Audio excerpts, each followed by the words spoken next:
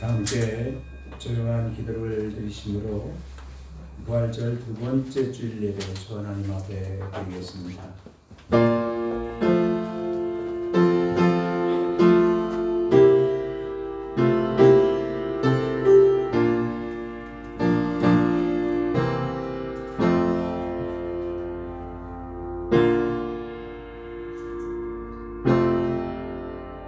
내가 죽지 않고 살아서 여호와께서 하시는 일을 선포하리로다.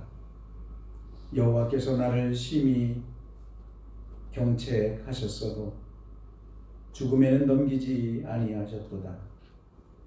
내게 의의 문들을 열지어다. 내가 그리로 들어가서 여호와께 감사하리로다. 선한 목자가 되셔서 우리를 생명의 길로 인도하여 주시는 하나님 아버지, 찬송과 영광과 경배를 올려드립니다. 이 시간 마음과 뜻과 정성을 다해 드리는 저희들의 예배를 홀로 받아 주옵소서. 부활하신 주님을 보게 하옵소서. 절망과 사망의 권세를 이기신 주님을 앙망할 때 우리의 심령에서 새로운 소망과 능력이 넘쳐나게 하옵소서. 구원의 감격과 부활의 기쁨이 식어지지 않도록 우리들의 마음을 지켜 주옵소서. 믿음의 주여, 우리를 온전케 하시는 이인 예수 그리스도의 이름으로 기원하옵나이다. 아멘. 다 같이 일어나서 동반 찬송 15장 찬양 드리겠습니다.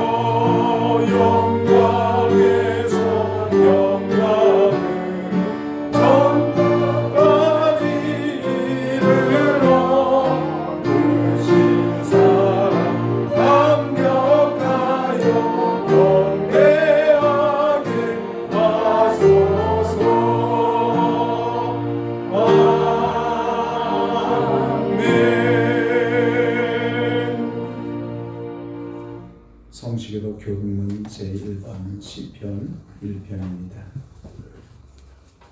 교동문 제1권 시편 1편입니다. 복 있는 사람은 악인들의 꾀를 따르지 아니하며 죄인들의 길에 서지 아니하며 오직 여호와의 율법을 즐거워하여 그의 율법을 지혜로 묵상하는도다. 그는 시냇가에 심은 나무가 철을 따라 열매를 맺으며 그 잎사귀가 마르지 아니함 같으니 그 나무는 모든 일에 다 공고하리라.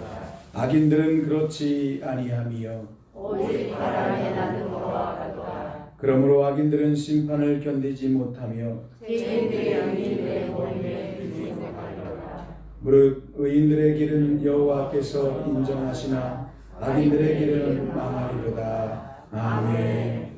사도신경으로 신앙을 고백하겠습니다. 나는 전능하신 아버지 하나님 천지의 창조주를 믿습니다. 나는 그의 유일하신 아들 우리 주 예수 그리스도를 믿습니다.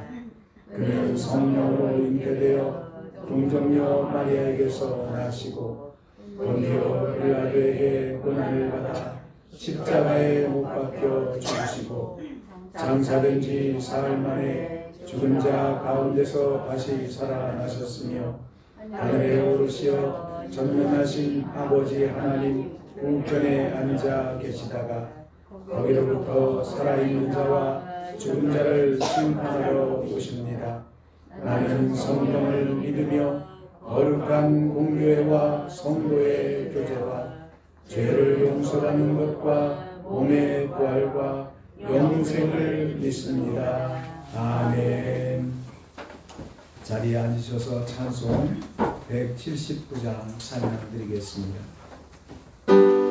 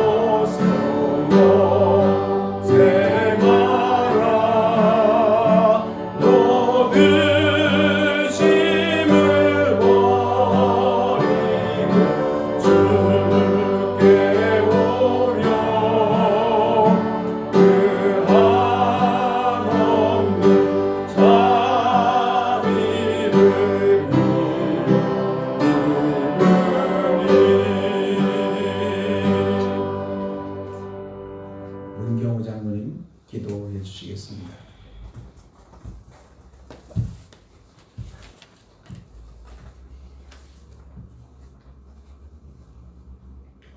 부활이요 생명이신 하나님, 우리를 너무나 사랑하셔서 십자가에 죽으시고 그 죽음을 이기시고 부활하셔서 저희들을 만나주시고 구원의 기쁨을 주신 예수님께 감사와 찬양과 영광을 올려드립니다. 예수를 찾는 자마다 부활의 주님을 만나는 은총이 있게 하시고 부활의 능력으로 성령 충만케 하시며 신이 주시는 권능으로 주님의 종들이 오늘의 이 사회와 역사와 세계를 새롭게 변화시키는 하나님의 일꾼들이 다 되게 하여 주시옵소서. 부활절 이후 한 주간을 돌아보게 하소서. 불순종과 허물로 가득 찬 삶을 살았고 세상의 욕심을 구했습니다. 성도로서 사랑과 관심이 필요한 사람들에게 무관심하였고 말과 행동이 이웃에게 기쁨을 주지 못했습니다. 무릎 꿇고 모든 것을 회개하오니 저희들의 연약함을 용서하여 주시옵소서. 저희들 가운데 임재하시는 주님, 날마다 새날을 열어주시니 감사를 드립니다. 오늘 저희들이 첫 생각이 예수님이기를 원합니다. 오늘 저희들이 첫 열망이 예수님을 향한 예배이기를 원합니다. 오늘 저희들이 첫 대화가 예수님의 말씀이기를 원합니다. 오늘 저희들의 첫 행동이 예수님 앞에 무릎 꿇는 기도이기를 간절히 원합니다. 주님이 완전하신 은혜와 사랑과 선하심으로 인해 우리들의 마음에 임재하신 성령님으로 인해 하루를 살게 하시고 하나님의 명령에 순종하는 삶을 살게 하시어 주님의 빛과 권능이 저희들 안에서 흘러나오게 하시옵소서. 그래야 늘 저희들이 생각을 성결케 하시고 말에서는 겸손과 절제와 진실을, 하나님 일에서는 충성과 성실함과 열정을 다하게 하여 주시옵소서. 성도를 대할 때는 존경과 너그러움으로 대하게 하시고 사랑이 넘쳐나게 하시고 항상 당신의 자녀답게 살도록 인도하여 주시옵소서. 많은 시간 동안 저희 교회의 피난처가 되어 주신 주님, 우리 성도들은 참으로 주님의 몸된 교회를 사랑합니다. 어떤 환경과 부족함에서든지 저희들의 피난처가 되어 주시고 하나님의 사명을 잘 감당할 수 있도록 성령 충만함을 주시기를 원합니다.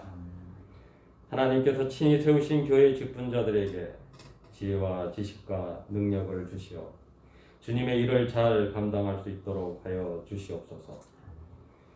모든 성도들에게 초대교회에 부어주었던 성령을 허락하시어 우리 성북제일교가 살아 움직이게 하시고 뜨거운 복음의 열정을 허락하시고 전도를 통하여 구원받는 자의 수가 늘어나게 하시고 떠나간 자들이 다 돌아오게 하셔서 구원의 방주가 되게 하시옵소서.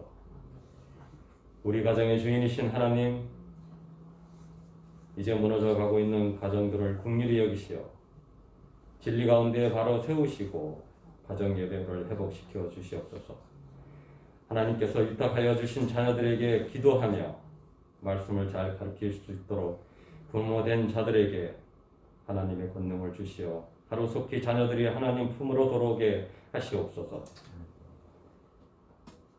우리들의 계획이 실패하고 우리들의 소망이 끊어지고 우리 마음이 무너질 때 예수 이름을 부르게 하시옵소서. 삶의 주관자이신 예수님 앞에 나와 경배하게 하시옵소서. 우리들의 삶을 예수님께 온전히 맡길 때 주님이 주시는 평안함과 모든 문제가 하나하나 해결받도록 하시옵소서. 부활하신 예수 그리스도 이름으로 기도합니다. 아멘.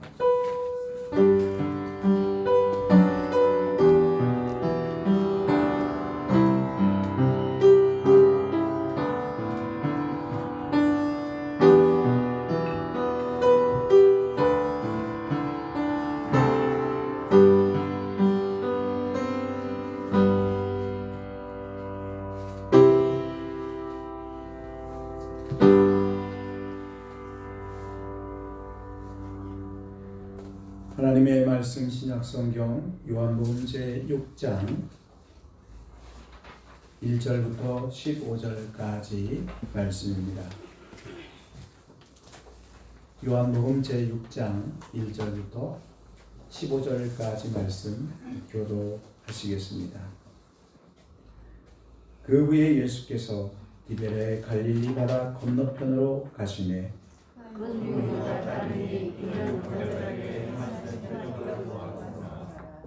예수께서 산에 오르사 제자들과 함께 거기 앉으시니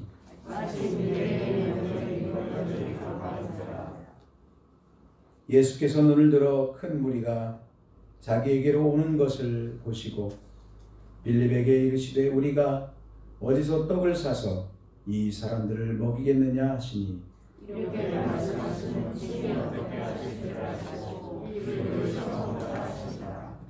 빌립이 대답하되 각 사람으로 조금씩 받게 할지라도 200데나리온의 떡이 부족하리이다.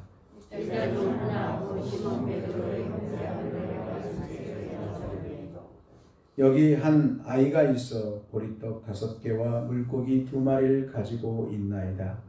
그러나 이것이 이 많은 사람에게 얼마나 되겠사옵나이까?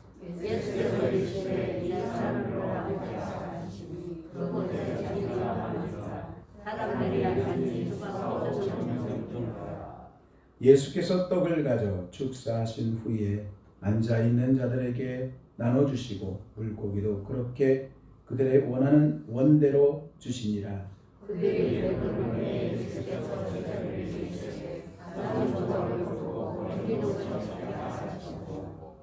이에 거두니 보리떡 5개로 먹고 남은 조각이 12바구니에 찼더라.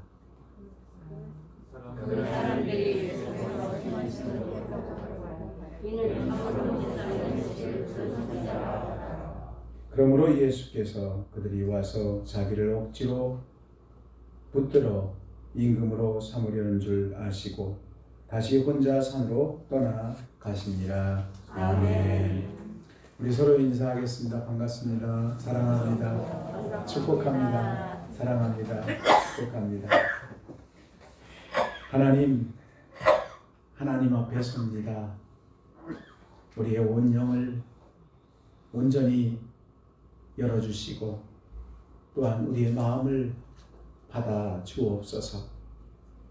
거룩한 영으로 우리를 만지시사 우리를 깨끗게 하시고 새롭게 하시고 우리 주님의 능력을 힘입어서 우리의 생각이 바뀌고 우리의 삶이 변화되며 우리의 언어가 우리의 가치관이 예수 그리스도께서 원하시는 모습으로 조정되는 귀한 시간이 되게 하옵소서. 부족한 종은 오직 하나님의 말씀을 전하는 도구로만 사용하시옵소서. 예수 그리스도의 이름으로 기도하옵나이다. 아멘. 함께 나눌 말씀의 제목은 여기 떡과 물고기가 있나이다입니다. 여기 떡과 물고기가 있나이다. 사도 요한은 예수님의 수많은 표적들 가운데에 7가지만을 특별하게 골라서 이 요한복음에 기록을 해놓고 있습니다. 첫 번째 표적 이야기는 물이 변해서 포도주가 된 표적의 사건입니다. 다음은 왕의 신하의 아들의 병을 고치신 표적입니다. 그리고 세 번째는 38년 된 병자를 고쳐주신 표적이고 또한 5,000명을 먹이신 표적, 오늘 우리들이 함께 나누는 말씀입니다. 5번째는 물 위를 걸으신 표적이고 6번째는 소경의 눈을 뜨게 하신 표적, 그리고 7번째는 죽은 나사로를 살리신 표적입니다. 오늘 함께 읽은 이 말씀은 4번째 표적 사건에 대한 기록입니다. 보리떡 5개와 물고기 2마리로 5,000명을 먹이신 표적 또는 기적 사건, 이것을 기록을 하고 있는데 예수님의 이 표적은 점점 그 강도가 무슨 말이냐 하면 우리들이 생각할 때에 사람은 도저히 할 수 없는 일들이라고 여겨지는 그 강도가 점점 높아지는 것을 보게 됩니다. 그 마지막이 뭐예요? 마지막이 죽은 나사로를 살려내시는 표적. 죽은 사람을 다시 살리는 표적. 가장 어려운 일 아닙니까? 그래서 우리들에게 예수 그리스도가 누구인가? 예수 그리스도를 믿는 자의 결국은 어떻게 되는가를 명확하게 보여주는 것이 바로 이 7번째 표적에 담겨져 있는 것입니다. 거듭거듭 이야기하지만 표적을 보여주신 것은 이 표적을 추구하라, 기적을 사모하라, 기적을 위해서 기도하라, 그것을 위해서 예수님께서 우리들에게 이 표적 사건 또는 기적 사건을 기록하고 있는 것이 아닌 것입니다. 여러분, 오늘 우리들은 우리의 기도를 가만히 생각을 해보십시오. 내가 감당하지 못하는 능력을 늘 하나님께 구하는 그런 기도의 내용일 때가 많이 있지 않습니까? 그런데 오늘 예수님께서는 분명하게 우리들에게 가르쳐주는 기본이 그런 표적이나 기적을 사모하고 그것을 위해 기도하고 그런 내용이 아니었다라고 하는 것입니다. 예수님께서 표적을 우리들에게 말씀하시고 또 당시의 사람들에게 앞에서 행하신 그 목적은 오직 이것을 통해서 너희로 예수께서 하나님의 아들 그리스도임을 믿게 하려 하며 또 너희로 믿고 그 이름을 힘입어서 생명을 얻게 하는 것. 예수 그리스도를 영접하는 일, 그리고 예수 그리스도를 통해서 영원한 생명을 얻는 일. 여러분, 이보다 위대하고 놀라운 기적 사건이 어디 있겠습니까? 그런데 오늘 우리들은 내 욕구에 이끌려서 내 인간적인 소망에 이끌려서 기도할 때가 참으로 많지 않습니까? 이 표적을 보여주신 것은 예수 그리스도가 메시아라고 하는 사실을 더 확실하게 믿고 그 믿음을 통해서 구원 얻게 하려 함이었습니다. 예수님께서는 단순하게 배고픈 사람을 불쌍하게 여기고 그들의 배를 채워주기 위해서 행하신 일이 아니었습니다. 저는 이 시간 함께 읽은 이 표적 사건에서 제자들의 역할이 무엇이었는가 하는 점에 초점을 맞추어 생각을 해보면서 오늘 우리 믿음의 사람들, 그리스도인이라고 하는 우리 신자들, 우리들은 과연 무엇을 위한 삶을 살아야 할까? 여기에 대해서 말씀을 통해서 몇 가지 교훈을 삼고자 합니다. 본문에 등장하는 제자들은 어떤 의미에서는 우리 모두를 대신하는 사람들임을 우리는 기억해야 됩니다. 그러니까 제자들의 한 사람 한 사람은 곧 우리 한 사람 한 사람이다. 그렇게 생각하고 우리는 말씀을 대해야 합니다. 함께 읽은 이 말씀은 마태복음 14장 14절부터 17절에도 기록이 되어져 있는데 그 내용을 잠깐 소개하면 이렇습니다. 예수님께서 큰 무리들을 보시고 불쌍히 여기셨습니다. 그래서 그들의 여러 가지 병들을 고쳐 주셨습니다.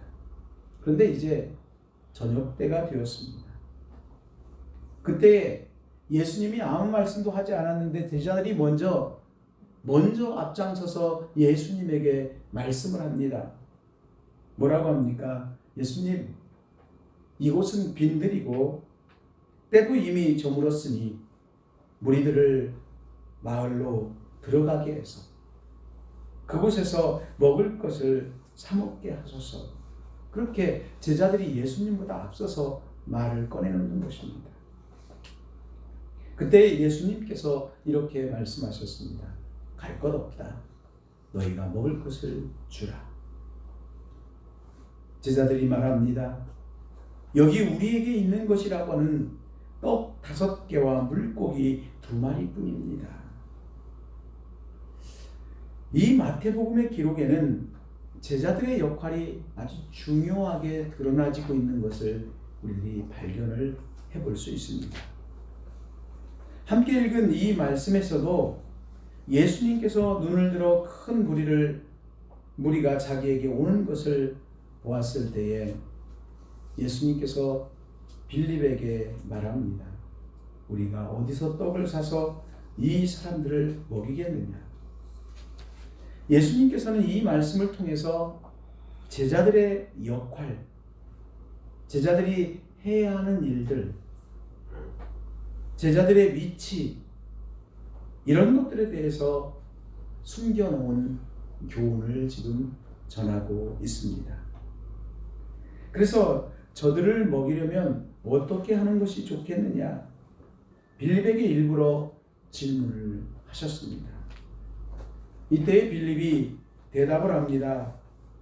각 사람으로 조금씩 먹게 할지라도 200데나리온의 떡이 부족하리이다. 그렇게 대답을 합니다. 당시의 화폐 가치는 1데나리온은 노동자의 하루의 임금에 해당되는 그런 가치를 가지고 있었습니다.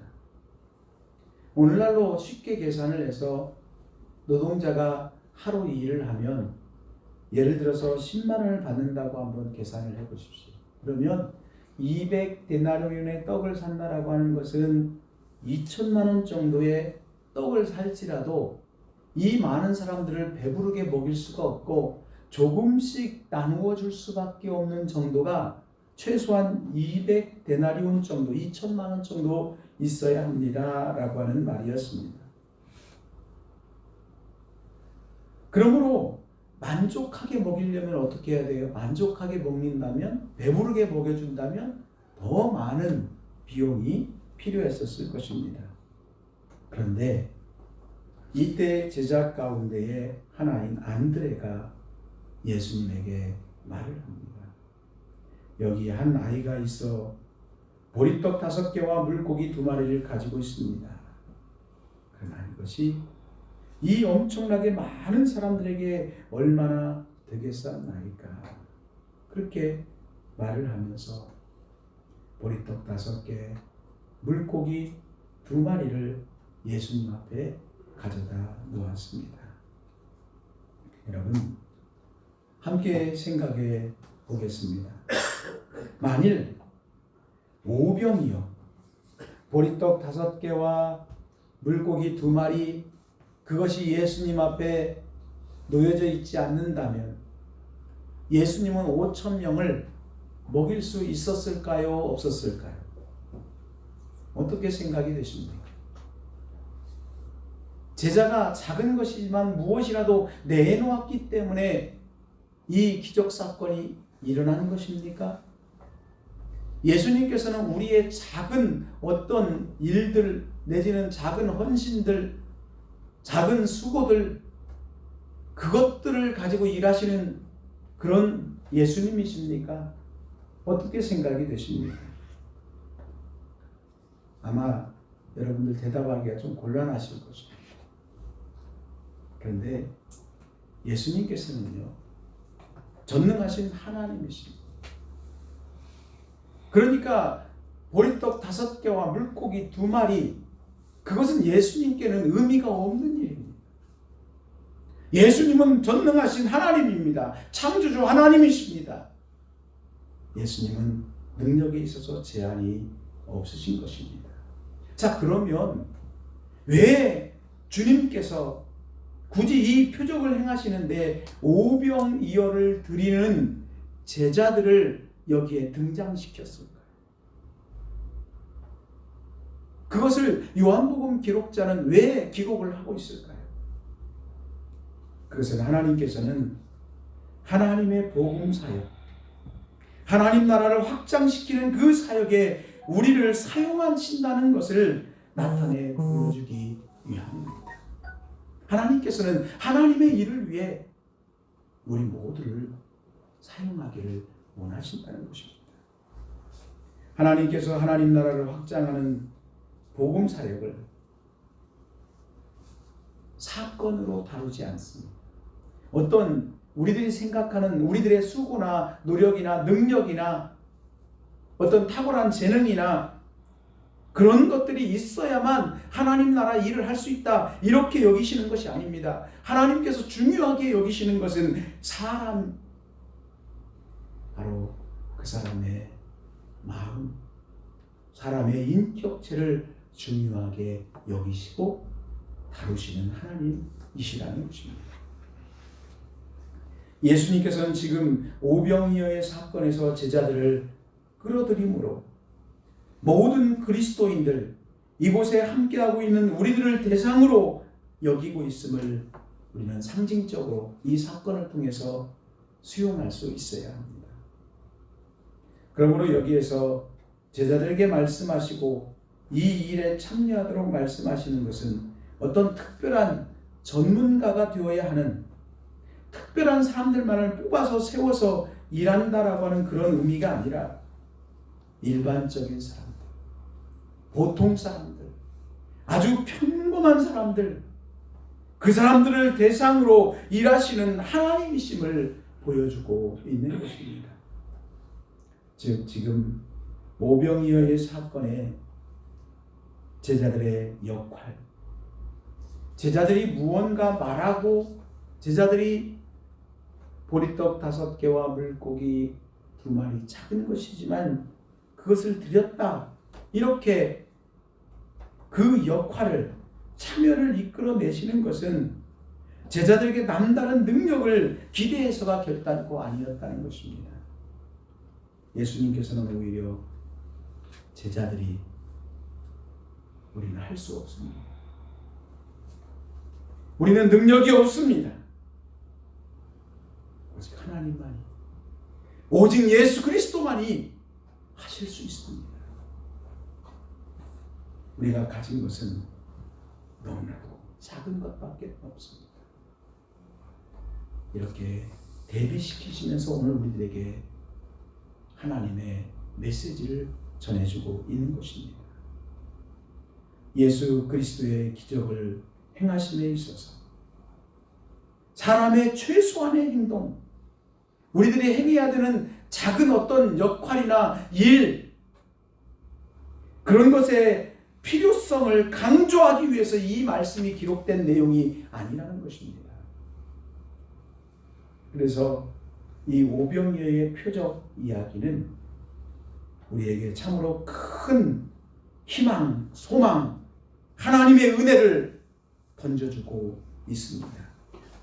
이러한 사실이 오늘 이 본문 말씀에 얼마나 많이 강조되고 있는지 모릅니다.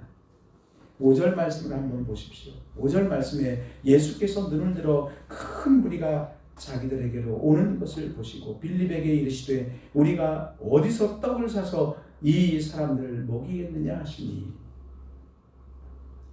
빌립이 이렇게 대답합니다. 각 사람으로 조금씩 받게 할지라도 200데나리온의 떡이 부족하리이다. 이때의 제자 안드레가 예수님께 말합니다. 여기 한 아이가 있어 보리떡 5개와 물고기 2마리를 가지고 있나이다. 그러나 이것이 이 많은 사람에게 얼마나 되겠사옵나이까? 그렇게 말을 합니다. 그렇습니다. 하나님 나라 확장을, 하나님의 일을 위해서 실제로 필요한 것들에 비해서 오늘 우리들이 가지고 있는 것, 제자들이 가지고 있었던 것, 지금 내가 가지고 있는 것은 보리떡 5개와 물고기 2마리 뿐입니다. 그런데 예수님께서는 그 보잘것없는 그것을, 그 너무나도 작은 것밖에 없는, 오직 우리는 예수 그리스도를 향해서 내가 그리스도라고 믿습니다라고 하는 그 믿음 한 가지만 가지고 우리들을 하나님 나라 일을 위해서 사용해 주신다는 것입니다. 하나님께서는 전능하셔서 아무것도 없는 상태에서도 얼마든지 기적을 행하실 수 있는 하나님이십니다. 그런데 참으로 오늘 우리들이 고백해야 되는 놀라운 은혜는 보잘것없는 우리들, 보리떡 5개와 물고기 2마리를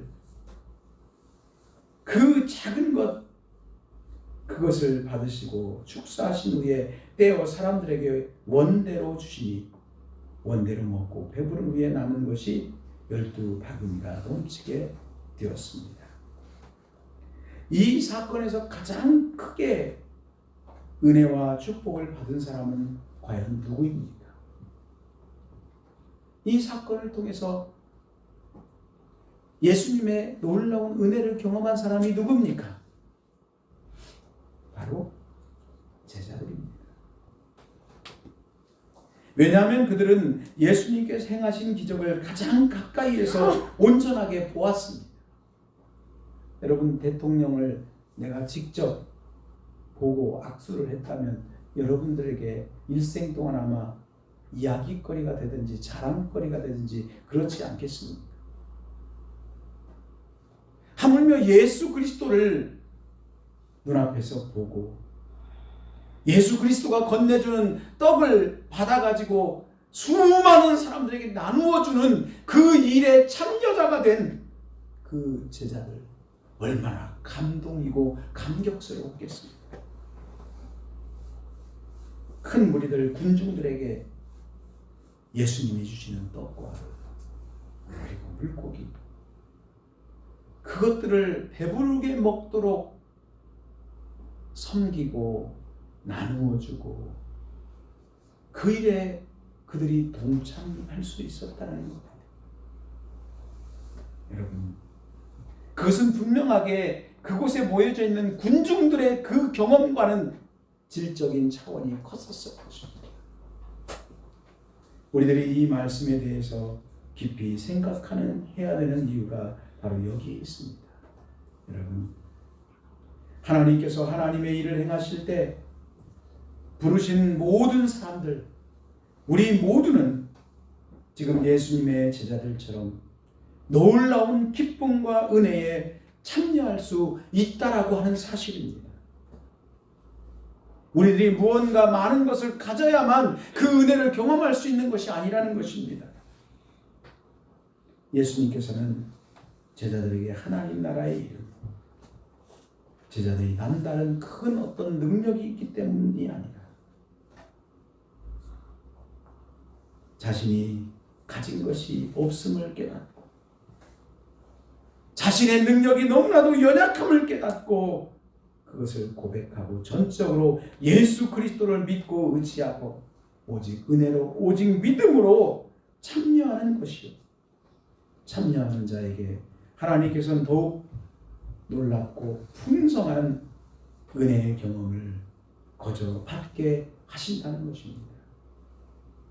그러므로 하나님께서 베풀어 주신 은혜와 사랑은 다른 사람들과 무언가 차별되고 조금은 우리들이 낫기 때문에 내가 이 일을 하고 있다, 그렇게 자랑으로 여겨서는 안 되는 것입니다. 우리는 단지 먼저 예수 그리스도를 믿고 먼저 은혜를 받았기 때문에 예수님께로부터 흘러나오는 생명의 양식을 먹었고 영적으로 배부를 수 있었습니다. 그러므로 우리는 하나님의 사랑과 은혜에 빚진 자입니다. 그래서 이제는 하나님의 사랑을 나눠주는 자로 부름을 받은 것입니다. 함께 읽은 이 말씀에서 제자들이 할 일은 과연 무엇이었습니까? 제자들은 자신이 가지고 있었던 것을 꺼내놓은 자가 아니었습니다. 그렇지 않습니까? 어린아이가 가져온 도시락이었습니다. 자신이 가진 것으로 일한 자가 아니었습니다. 단지 제자들은 예수 그리스도로 말미암아 떡과 물고기, 그것을 공급받고 그것이 너무 풍성하였기 때문에 무리들에게, 이웃들에게 나누어 주는 역할을 감당했던 사람들입니다. 제자들은 거저 받아서 넘겨주는 자들이었습니다.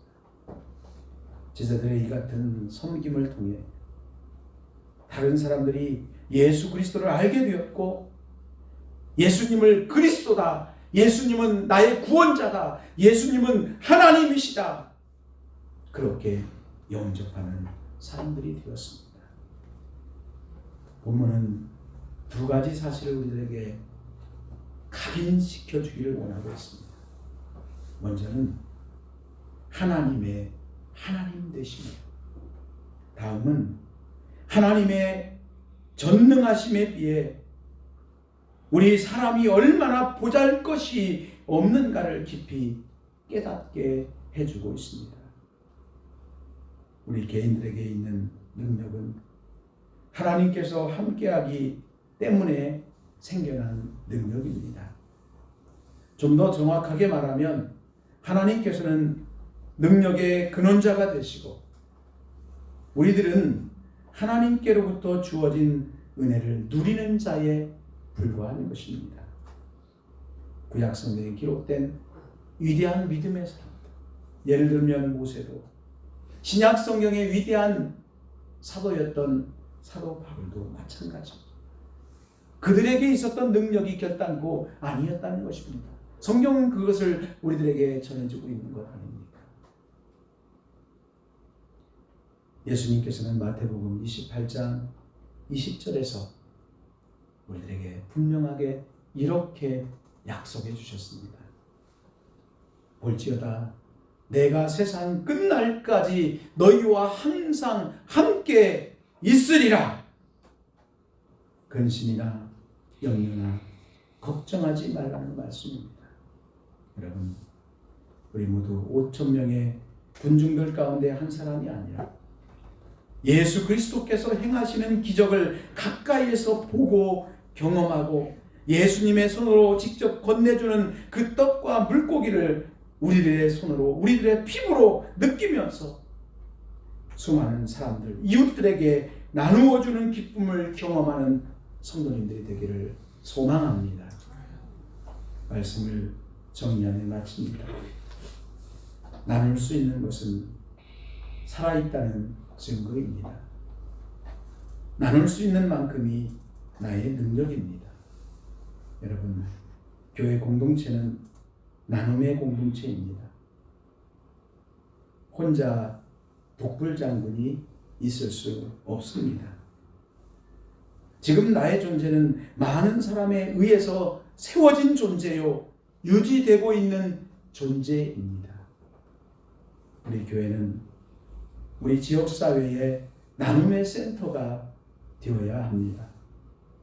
이로 인해 우리 모두 하나님을 사랑하고 이웃을 사랑하는 온전한 예수 그리스도의 제자들 되기를 주님의 이름으로 축복합니다.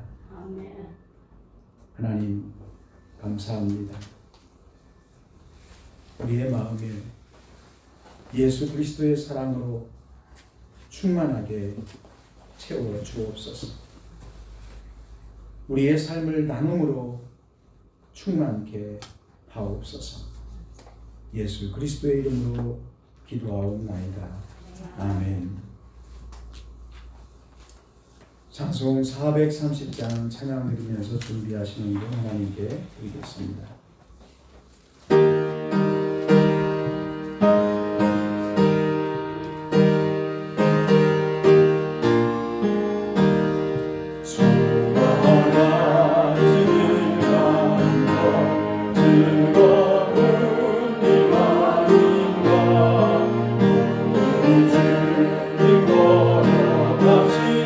알자 주를 알겠네.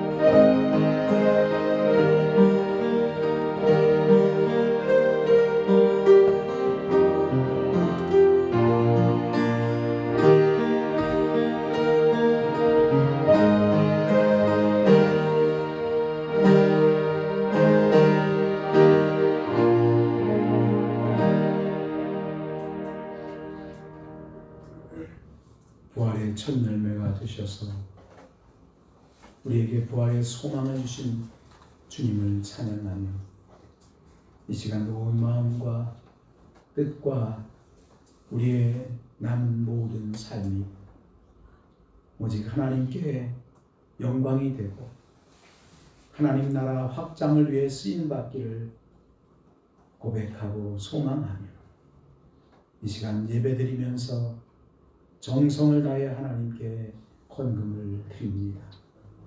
주일 헌금을 드립니다. 10의 1조를 구별해서 하나님께 드립니다.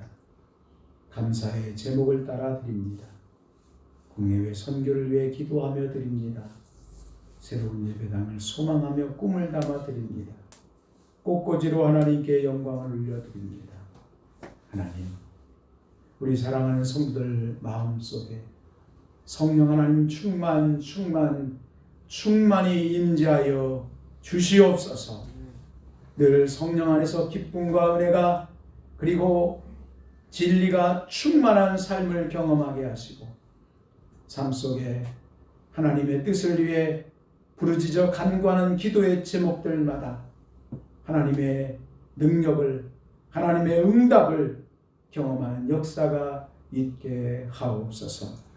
하나님, 육신의 연약함을 입고 있는 우리 교우들이 있습니다. 주님, 성령으로 함께 하옵소서. 하나님 만지시고 새롭게 하시고 회복시켜 주시옵소서. 하나님, 참으로 우리 사랑하는 성도들 가정들마다 주의 충만한 은혜와 복이 넘치게 하옵소서.